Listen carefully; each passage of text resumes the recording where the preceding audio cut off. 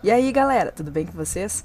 Nosso grupo vai falar sobre a estrutura simples e a burocracia mecanizada. A gente vai trazer de uma forma mais simples e também interativa para todo mundo entender esse conteúdo, entender essas duas estruturas. O grupo sou eu, a Sabrina, a Andressa, a Camila, a Dielen. E vamos lá pro vídeo. Espero que todo mundo entenda aí. Se tiverem dúvidas, é só dar um toque pra gente. Valeu? Olá, pessoal. O tema do nosso trabalho é estrutura simples. É uma estrutura, então, baseada na supervisão direta e tem a cúpula estratégica como parte principal na organização. Iniciaremos com o questionamento inicial. O que uma revendedora de automóveis, uma loja de varejo e uma empresa familiar têm em comum? Bem, nessas situações, essas organizações possuem em comum suas configurações estruturais básicas, a qual denominamos estrutura simples. Descrição da estrutura. As estruturas simples são comuns em organizações pequenas, jovens, familiares. Ela é constituída geralmente por apenas pelo empregador, pelo patrão e por um número pequeno, reduzido de funcionários. Essa configuração estrutural, ela é caracterizada pela sua estrutura orgânica. Ela é, como eu falei antes, uma organização pequena, negação da estrutura e pequena hierarquia social. O que são essas características resumidamente? As organizações que adotam estruturas simples, geralmente elas possuem pequena ou nenhuma configuração estrutural, nenhuma estrutura. Tem poucos assessores de apoio, a comunicação é informal e há uma pequena hierarquia, ou seja, porque a empresa ela é pequena, ela é simples. Deste modo, então, a estrutura simples é a própria negação da estrutura, pois ela evita utilizar instrumentos como planejamentos, treinamentos, evita utilizar comportamentos formais, já que ela é uma estrutura quase que totalmente informal. O mecanismo de coordenação. Então, o mecanismo que coordena a estrutura simples é a supervisão direta. O que é a supervisão direta, então? A supervisão direta é quando o trabalho dos operadores ali do núcleo operacional, ele é supervisionado por um supervisor responsável, ou seja, uma mão controla vários cérebros, onde então o poder ele está centralizado nas mãos do chefe da empresa, assim que possui uma grande amplitude do controle de tudo, né? Bom, desse modo a cúpula estratégica é a parte principal da empresa, no tipo de configuração da estrutura simples. Então, a figura a seguir, na figura abaixo, ela representa a estrutura simples. Então, que ela é formada pela área operacional e pela área estratégica, ou seja, ela está resumidamente simples, né? Ou seja, ela está utilizando, então, a área operacional, ou seja, o núcleo operacional, formada pelo núcleo operacional, onde o trabalho ele é executado pelos trabalhadores ali, ou pelos funcionários contratados, enfim. E a área estratégica, ou a cúpula estratégica, é onde trabalham as pessoas responsáveis pelas organizações, com preocupações globais, como o presidente, os chefes, enfim, a área administrativa da empresa, que cuida necessidades para se manter viva, né? Condições da estrutura. A estrutura simples, então, apresenta ambiente simples, dinâmico. O seu sistema técnico ele não é sofisticado, porque como ele é simples, ele não é sofisticado, né? Totalmente desregulamentado, fugindo então dos padrões formais. Uma observação importante. As novas organizações, em seus primeiros anos, elas sempre passam, então, pela estrutura simples, porque, inicialmente, as organizações têm que passar pela estrutura simples porque ela é a primeira estrutura. Algumas permanecem, outras evoluem. Ou seja, vão utilizar outras estruturas que se adaptem melhor ao seu tipo de negócio, ao tipo da sua estrutura. Também aqui na estrutura simples, a comunicação é informal e eficaz. Ou seja, porque muitas vezes é como a gente vê aqui, geralmente, na nossa região, as maioria das empresas, elas adotam estruturas simples, porque elas são pequenas, são jovens e ele é bem pouco, não tem divisão do trabalho, não há, é tudo simples. Então, no que tange a ilustração da estrutura, um fator que contribui para a utilização dessa configuração estrutural é a gestão pelos próprios donos do negócio. Sendo assim, a melhor ilustração que representa essas organizações é a empresa empreendedora, que busca inovar, seja flexível e orgânica. Porque a partir do momento que a empresa ela busque por inovações e que ela seja flexível, que ela aceite bem essas inovações, essas tecnologias, isso tudo que está querendo ser, que eles tentam implantar, elas tendem a melhorar o desempenho delas, não só interno, como externo também. Isso porque, a partir do momento que você aperfeiçoa os seus sistemas técnicos e operacionais, você tende a ter uma maior produtividade e o melhor desenvolvimento dessas tarefas, o que acaba gerando no meio externo maior quantidade de produtos no mercado e qualidade também, porque daí se você está inovando, você está buscando melhorar, né? Buscar alguma coisa que gere resultados positivos.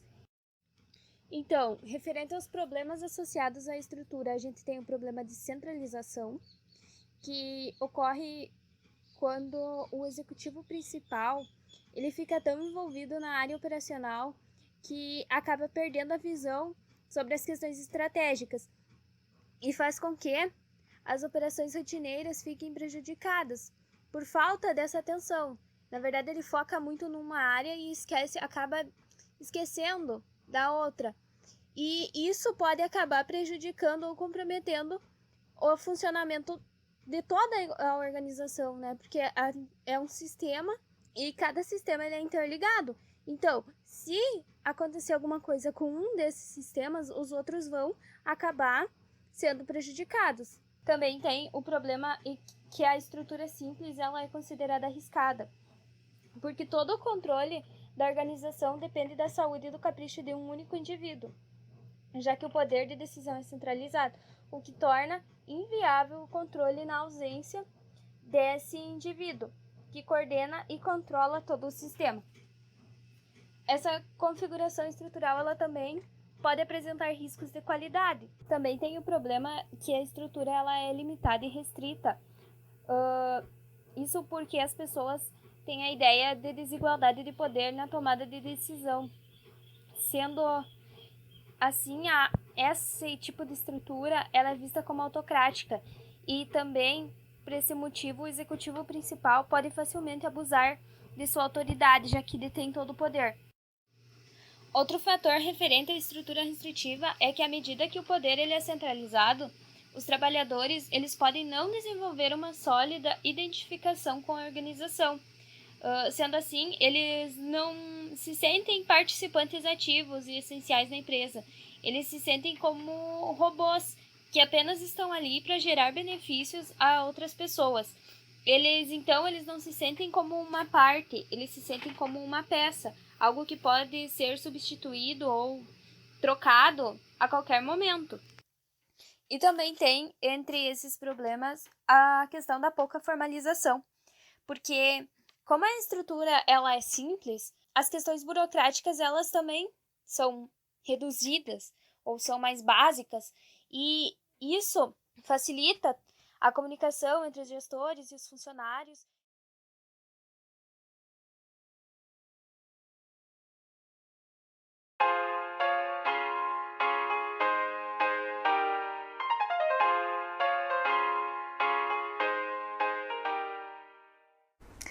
E aí, pessoal, então a gente vai falar um pouquinho sobre a burocracia mecanizada, esse sistema que lembra bastante as primeiras escolas que estudamos lá no primeiro semestre, Taylor, Ford, que são produção em massa, né? Uma característica aí desses primeiros sistemas. Então vamos lá. As tarefas operacionais são simples e repetitivas, exige pouca habilidade. Então a burocracia mecanizada, ela traz essa característica, né? Divisão de setores, padronização de atividades, algo que, observando, parece simples e, se a gente for estudar, analisar, é aquela produção em massa, né? Tarefas repetitivas que alcançam, que visam a produtividade, o aumento da produtividade e para alcançar também objetivos, enfim, da empresa.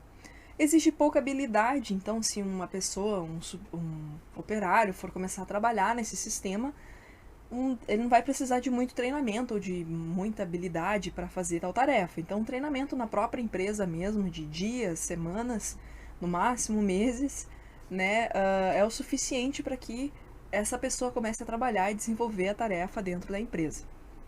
Componente administrativo, então, tem uma característica bem presente, que é a hierarquia. Linha intermediária, gerentes servem de linha de comunicação entre os analistas. Então tem essa hierarquia bem expressa e essa linha intermediária, essa divisão de setores, onde tem supervisores, gerentes, analistas, né? De alguma forma as tarefas são bem divididas e padronizadas. Então, os gerentes, por exemplo, eles são uma linha de comunicação entre os analistas e quem eles estão supervisionando, né? Então, eles são ali, ficam no meio termo, dá para dizer assim. O trabalho é padronizado e a divisão e hierarquia são bem expressas. Então, é algo bem característico desse sistema, desse modelo. Obsessão de controle, então. Verificação de tarefas, evita conflitos, foco na produtividade, centralização de atividades. Então, a verificação de tarefas, como ela é dividida por setores, existe um supervisor que vai observar se está sendo realizado de maneira correta, se está sendo alcançado o objetivo. Tem um exemplo no texto que até fala que o supervisor lá diz que ele chegou ao fim do expediente, quase no fim do expediente, né, digamos um tempo antes de acabar, ele observa tudo, ele vai conferir tudo, ele vai olhar se está tudo ok, se foi terminado, se foi fechado tal coisa, se, né? E ainda se sobra uns minutinhos, ele não pode dispensar os funcionários mais cedo, ele tem que aproveitar os minutos para que a produção vá até aquele último minuto, né? Para que haja, quanto mais produzir, mais rendimento. Então, essa é uma característica, né? Evita conflitos, o texto fala isso mais de uma vez, que é um modelo que não é para solucionar problemas, é um modelo focado na produtividade. Então, por isso que existe esse evita conflitos, ou melhor, não é evitar, né? Conflitos numa empresa tem, toda empresa tem conflitos, mas é uma forma assim de, vamos engarrafar esse conflito, né? Não vamos focar nisso, não vamos centralizar toda a nossa atenção, né? Não vamos voltar nossa atenção para esse problema, nosso foco é a produtividade. Centralização de atividades, então, que é essa divisão de setores e ter um supervisor ali que cuide e que busque, né, que as tarefas sejam realizadas de maneira eficiente para alcançar o objetivo da empresa. Cúpula estratégica, poder de cima para baixo, né, hierarquia, algo bem visível aqui.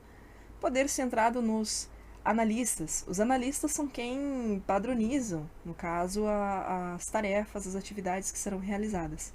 Então, são os que o texto explica que são os que vão definir como deve ser realizado, como a tarefa deve funcionar. Quem são esses analistas? Tem uma lista lá no texto para quem vai ler. Programadores de produção, orçamentistas, planejadores, enfim, são quem vai ficar ali na parte de na cúpula estratégica, né? Para analisar qual é a melhor forma de fazer tal tarefa. Então, eles como se traçassem ali um projeto para que fosse realizado da melhor forma possível. Então, mais algumas características dessa burocracia mecanizada. Empresas que crescem e envelhecem, né? Empresas de produção em massa. De alguma forma, a burocracia mecanizada ela vai estar... Parece que ela está, nem que seja alguma coisinha dela, vai estar em outras empresas. E isso é uma característica que a gente, conforme vai lendo o texto, vai entendendo. Por exemplo, os correios, né, ou os órgãos públicos. Ali não tem uma produção em massa, né? Não vai, eles não visam produzir para tanto, tem que ser em um mês, tem que produzir tanto. Não, mas existe a questão da supervisão, controle externo. Então nós observamos as pessoas que trabalham num órgão público, no correio, e a gente fica observando, quanto ganha, se está fazendo direito à tarefa, né? Então existe indiretamente essa supervisão, né? Esse controle externo. Empresas que crescem e envelhecem. Então, uma característica que o texto também diz, que o texto diz, é que conforme as empresas crescem, conforme elas envelhecem, elas vão começando a seguir um modelo mais padrão, começando a colocar mais regras, então seguir um modelo mais pré-definido, né? Sistema dominante. Como é um sistema muito característico das primeiras escolas, né, que a gente estudou, da administração, ele não deixa de ser um sistema dominante, né? Um sistema bem característico e que muitas vezes está aplicado em algumas empresas, nem que seja indiretamente. Um outro exemplo que o texto cita é os bombeiros, né? Os bombeiros, por exemplo, antes deles irem para o incêndio, cada um sabe o que tem que fazer. Então, um tem que pegar a água, o outro tem que salvar os reféns, o outro tem que, enfim, né? Então, cada um sabe o que tem que fazer. Não tem como eles chegar lá no incêndio e dizer assim, pedir pro chefe, o que vamos fazer agora? Não, ele já tem que estar com isso pré-definido. Então, não deixa de ser aplicado essa burocracia mecanizada. O texto cita isso, né? Não é bem o modelo da burocracia mecanizada, porque ele não tem produção em massa. Mas ele segue também o modelo, características desse modelo, né? Como toda estrutura, tem problemas também, né? Não é só coisas boas. A estrutura é eficiente, porém valoriza a produtividade. O que acontece, né? Valorizar a produtividade é bom. Qual é a empresa que não quer crescer? Qual é a empresa que não quer produzir? Todas as empresas querem. Só que o que acontece? É um sistema que é eficiente, mas ele esquece um pouco do lado humano. Então, esquece um pouco que as pessoas focando ali naquela atividade, às vezes elas vão começar a realizar aquilo ali de qualquer forma. Às vezes a pessoa fica tão centrada numa atividade, eu realizo isso todo dia, da mesma forma, do mesmo jeito, é a mesma rotina sempre. Então, eu só tenho que ir lá realizar meu trabalho e deu. Então, isso acaba fazendo com que as pessoas assim não deem a importância para o trabalho, ou acabam fazendo de uma forma mal feita também, né? Então, foca nesse lado. O filme Tempos Modernos, que a gente sempre cita, é uma característica disso. Então, repetição de tarefas. E isso acaba o quê? Inibindo a criatividade, né? A pessoa acaba não tendo a oportunidade de mostrar algo a mais que ela sabe fazer.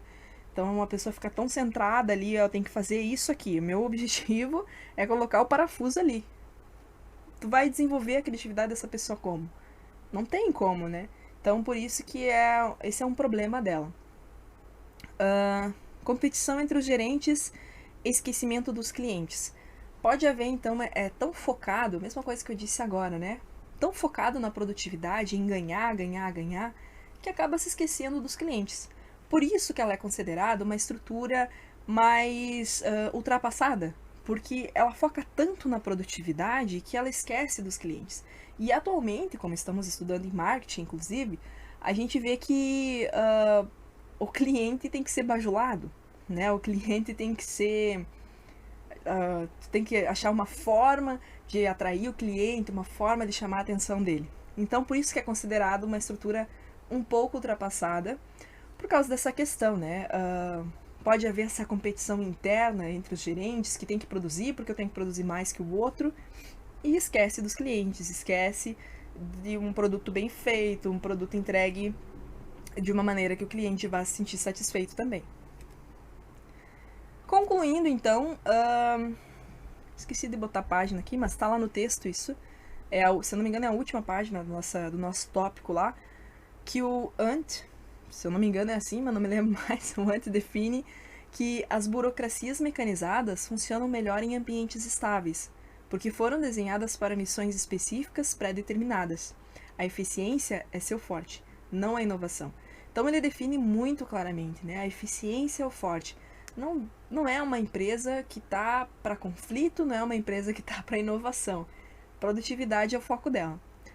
Tem um outro problema aqui, a distorção de informações. Às vezes um problema pode acontecer lá no meio de produção e o gerente, enfim, o supervisor vai resolver esse problema, tenta resolver, não dá muito certo, ele vai passar para o superior dele. E esse superior tenta resolver, também não dá muito certo, vai ter que ir passando hierarquicamente. Digamos que chega o problema lá no presidente da empresa. Esse presidente vai ter que olhar lá aonde começou o problema para conseguir resolver. Então, esse é um problema. Às vezes pode acontecer distorção de informações, né? Um exemplo que eu estou citando aqui, que o texto também citou, distorção de informações que pode acontecer passando de um responsável para outro, né? Então, às vezes chega em quem vai resolver mesmo o problema, mas chega de uma forma... Ele vai ter que olhar lá no início do problema para ver como vai ser resolvido. E, como a gente sempre fala, é um modelo legal, é um modelo que busca produtividade. Qual empresa não quer, né, produzir e ganhar bastante, crescer? Todas, né? Só que está sendo ultrapassado por causa da evolução, da inovação, principalmente as novas eras aí. E tá parecendo ser um pouco mais ultrapassado, mas ele ainda domina muitas instituições, às vezes de uma forma muito pequena, como forma de supervisão, como forma de padronização, como forma de seguir regras. Alguma coisinha, alguma característica dele ainda tem, desse sistema tem bastante nas empresas. Empresas que produzem muito, né? A produção em massa de automóveis, por exemplo, segue esse modelo. Mas só que, como a gente sempre fala, né? Falamos nas últimas aulas, cada empresa vai seguir um modelo próprio, né? A empresa vai pegar um sistema lá e vai seguir aquele modelo. Então, isso é uma característica de cada empresa e cada empresa adapta ao que acha melhor. Certo, então, galera? Então, essa foi a estrutura simples, burocracia mecanizada. E é isso aí. A Andressa, a Camila, a Jellen, eu, cada uma fez uma parte do trabalho, nem todas apareceram aqui, mas cada uma ajudou de uma forma. Se vocês tiverem dúvida, manda uma mensagem pra gente. A gente tem grupo, tem número, acesso aí à vontade. Manda uma mensagem pra gente. Se precisar de material também, a gente envia qualquer coisa. Estamos à disposição. Valeu, até mais!